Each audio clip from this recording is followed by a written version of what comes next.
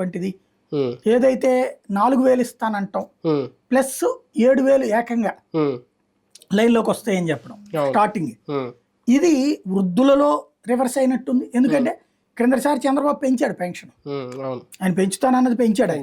చివరిలో ఈయన పెంచుతానన్నప్పుడు ఆయన పెంచి మరి చూపించారు. కాబట్టి అప్పుడు చంద్రబాబు పెన్షన్ ఇవ్వడానికి అనుకోవాలి.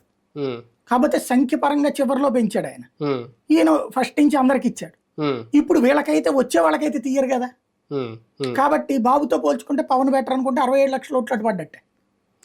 రెండోది మహిళలకు సంబంధించి నవరత్నాలు చేసేసానంటే వాళ్ళు సూపర్ 6 తక్కువే గాని ఇంతకంటే ఎక్కువ డబ్బులు. అది ఈయన ఇవ్వగలిగినప్పుడు ఆయన ఎందుకు ఇవ్వలేడు అనుకున్నట్టున్నారు. అంటే 10,000 చంద్రబాబు ఇవ్వడని అనుకుంటారని ఈయన భావించి ఇంతకంటే నేను ఇవ్వలేనంటూ 2-3 పథకాలకి మాత్రమే కొంచెమే చెప్పాడు. అంతకంటే చంద్రబాబు ఇవ్వగలడు ఇవాళ ఉన్న రాజకీయ సిచ్యువేషన్ అని మహిళలు నమ్మినట్టున్నారు. ఒకసారి బిగించేశాక ఇక ఆపర్లే ఎవరు అన్నటువంటిది నమ్మినట్టున్నారు.